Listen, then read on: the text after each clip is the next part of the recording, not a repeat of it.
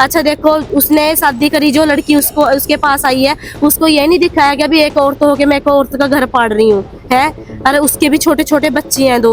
फिर उस लड़की ने भी मेरे साथ बदतमीजी की है। सही कर रही हूँ क्या गलत कर रही हूँ?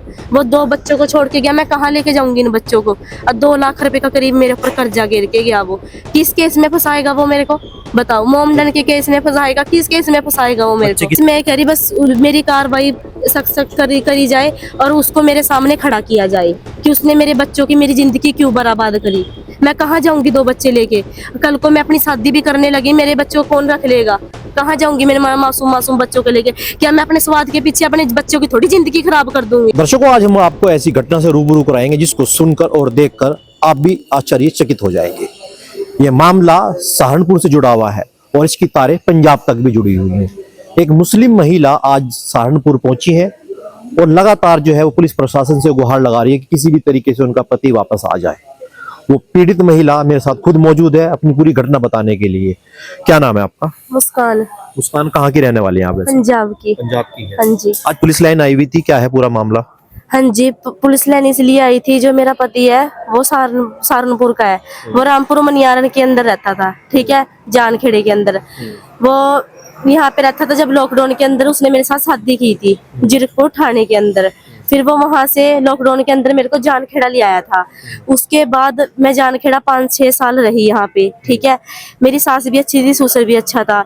उसके बाद वो भी ठीक रहने लग गया था। उसके बाद यहाँ हमारी करियाने की दुकान थी। उसके बाद यहाँ पे उसकी दुकान चलनी बंद होगी। फिर वो मेरे को बोलने लगा कि हम पंजाब के अंदर जाएंगे। मेरी मम्मी ने वहां पे उसको 80,000 का 90,000 का एक ऑटो दवाया। वो काम करने लग गया अपना। उसके बाद वहां पे अच्छी तरह रहा वो। उसके बाद वहां से सारा सामान छोड़ के मैं बाहर चली गई 1 दिन वास्ते काम करने के लिए। अपना सामान उठा के सहारनपुर किसी के मकान में रखा उसने सामान ले आके। जिसके टेम्पो में सामान लेके आया था वो हमारे गांव का लड़का है। जिसके मेरे को उसने कोई बात नहीं की, मम्मी पापा नहीं बिठाए, मेरे भाई नहीं बिठाए, कोई नहीं उसने बिठाया। मैं वहां पे उसकी फोन भी लगाए, सब कुछ लगाया। 2 लाख रुपए का करीब उसने कर्जा लिया हुआ है, ठीक है, मेरे डॉक्यूमेंटों के ऊपर। उसके भी डॉक्यूमेंट लग रहे, मेरे भी डॉक्यूमेंट लग रहे। पहले मेरी शादी हुई थी जमुनानगर के अंदर। वहां पे मेरे पास एक लड़का था, इसका नाम है अयान। उसके बाद उसने लड़का कबूल किया था, बोला था कि ये मेरा बच्चा है, मैं इसको अपने बच्चे को अपनाऊंगा। 8 महीने का लड़का लेके आया था वो। अब ये लड़का 8 साल का हो रहा, अब बोल रहा है कि ये मेरा बच्चा नहीं है, ये किसी और का बच्चा है। ये लड़की है छोटी सी, इसका नाम है आसिया। ये पंजाब के अंदर हुई थी। इसको भी बोल रहा है कि ये मेरी लड़की नहीं है, किसी और की बच्ची है, कि मैं डिनर टेस्ट करवाऊंगा, ठीक है। कोई बात नहीं, डिनर टेस्ट करवा ले। 2 बच्चों की मेरी डेथ होगी, 2 बच्चों की इसने मेरे को दवाई खिलाई है। अब यहाँ से ये भगवानपुर के अंदर रहने लग गया। मेरे से इसने कोई बात नहीं की, कोई कुछ नहीं किया। आप जिस धर्म से आती है, इस्लाम धर्म से आप आती हैं, हाँ जी। तो जब शादी हुई वो हिंदू रीति रिवाज से हुई या फिर मुस्लिम धर्म के अंदर आप देखते हो कि निकाह होता है हाँ जी। और उसके अंदर मुल्ला मौलवी आते हैं, किस तरह आपकी शादी हुई? हाँ जी, मेरी कोई हिंदू के रिवाज से नहीं हुई। मेरी निकाह हुआ था, ठीक है, जिसके अंदर ये मोमडन बना था, ठीक है। इसने मेरा धर्म कबूल किया था। तो क्या उन्होंने इस्लाम कबूल हाँ किया जी, था? इस्लाम कबूल किया था। उन्होंने ये बात बोली थी, मेरे पास गवाह भी है।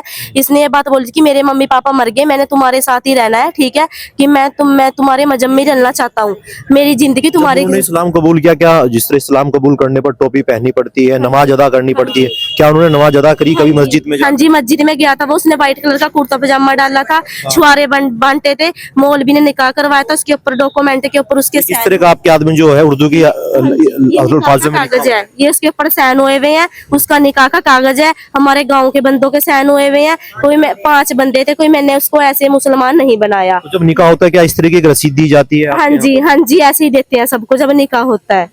हाँ जी, उस समय इसने कितने कुछ गवाह रहे होंगे जब ये निकाह हुआ होगा? उसके टाइम मेरे मामा भी थे, हमारे गांव के भी थे, बहुत जने थे, 8-9 बंदे थे जिस टाइम इसने निकाह कबूल किया था। हमारे गांव का मौलवी भी था, ठीक है, जिस टाइम इसने निकाह कबूल किया था।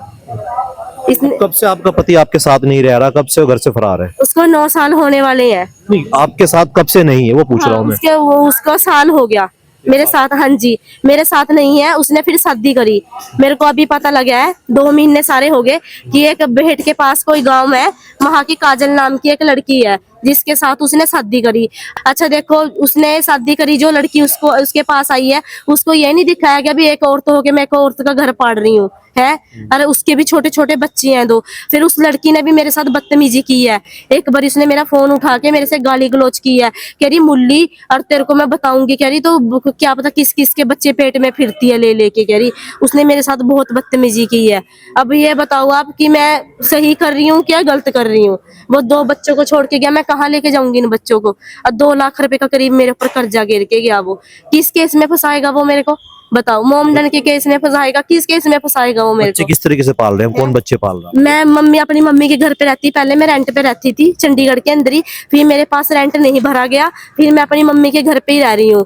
ये मैं स्कूल की बस पे लगी हुई हूँ, मैं वहाँ पे 8,000 रुपया सैलरी लेती हूँ, उसमें से मैं उसका कर्जा पाल रही हूँ, उसी में से अपने 2 बच्चे पाल रही हूँ मैं 8,000 में से। क्या चाहती हैं अब आप? यहाँ सहारनपुर पुलिस लाइन आई हैं, कैसी सरकार से मदद चाहती हैं? बस मैं कह रही, बस मेरी कार्रवाई सख्त सख्त करी जाए और उसको मेरे सामने खड़ा किया जाए कि उसने मेरे बच्चों की मेरी जिंदगी क्यों बर्बाद करी।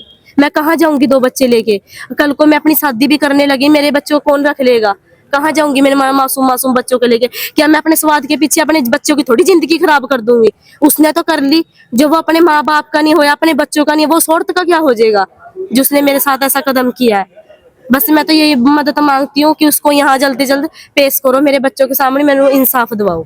चलिए, तो आपने देखा ये पीड़ित महिला थी जो मोहाली से चलकर सहारनपुर पहुंची थी। उनका साफ तौर से कहना था कि इनके रामपुर विधानसभा के गांव जानखेड़े में इनके ससुराल थी और जिस युवक ने इनके साथ में मुस्लिम धर्म अपनाकर इनके साथ निकाह किया और वो निकाह करने का जो एक प्रमाण होता है वो भी यहाँ पर लेकर आई और उस युवक ने निकाह करने के साथ साथ इस्लाम धर्म को भी कबूला और कुर्ता पजामा पहनकर उस मस्जिद के अंदर नमाज भी की। अब इसको लेकर तमाम सवाल निशान ऐसे लोगों के ऊपर खड़े होते हैं जो किसी तरीके से युवतियों को बहला फुसलाकर उनके साथ शादी करते हैं और फिर उनको शादी का झांसा देकर प्रलोभन देकर भाग जाते हैं।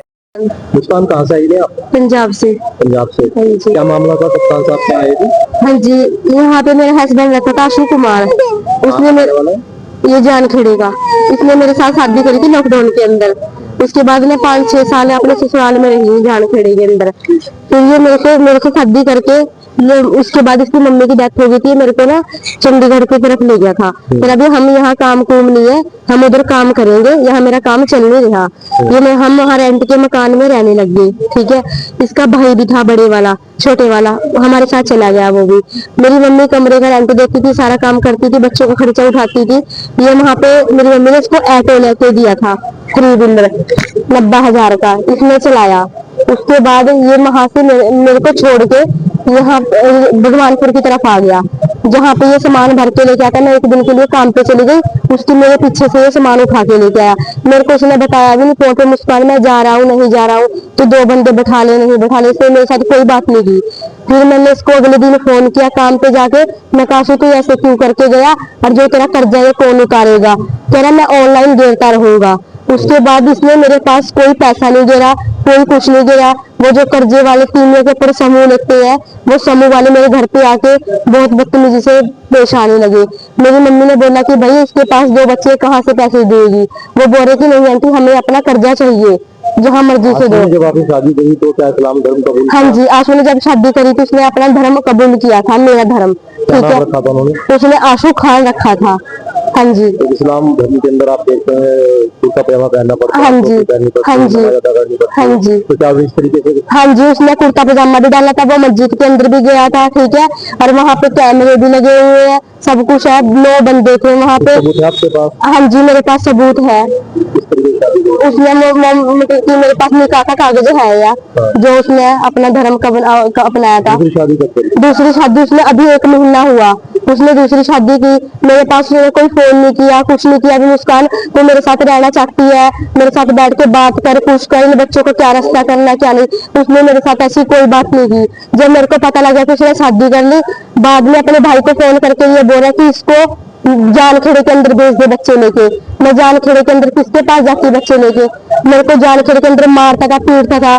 2 बच्चे मर गए, 2 बच्चे मेरे पास है, 2 की सफाई करवाई भी है इसने। तो बताओ मैं क्या करूँ। क्या चाहती हैं? मैं ये चाहती हूँ कि जैसा उसने मेरे साथ किया, जो लड़की उसके साथ रह रही है उसको ये नहीं दिखाएगा मैं एक लड़की का घर बर्बाद करके, 2 बच्चों को अपने बाप से जुदा करके उसने मेरा घर पाड़ा, वो कैसे रह लेगी उसके साथ। ये कहाँ का न्याय है, ये कोर्ट थाने, ये पुलिस थाने पे किस लिए बनाई, फिर बंद करके उसको अपने घर पे बैठो ना। इसलिए जो लड़कियों के साथ धोखा होने लग गया, फिर गरीब बंदे कहाँ जाएंगे।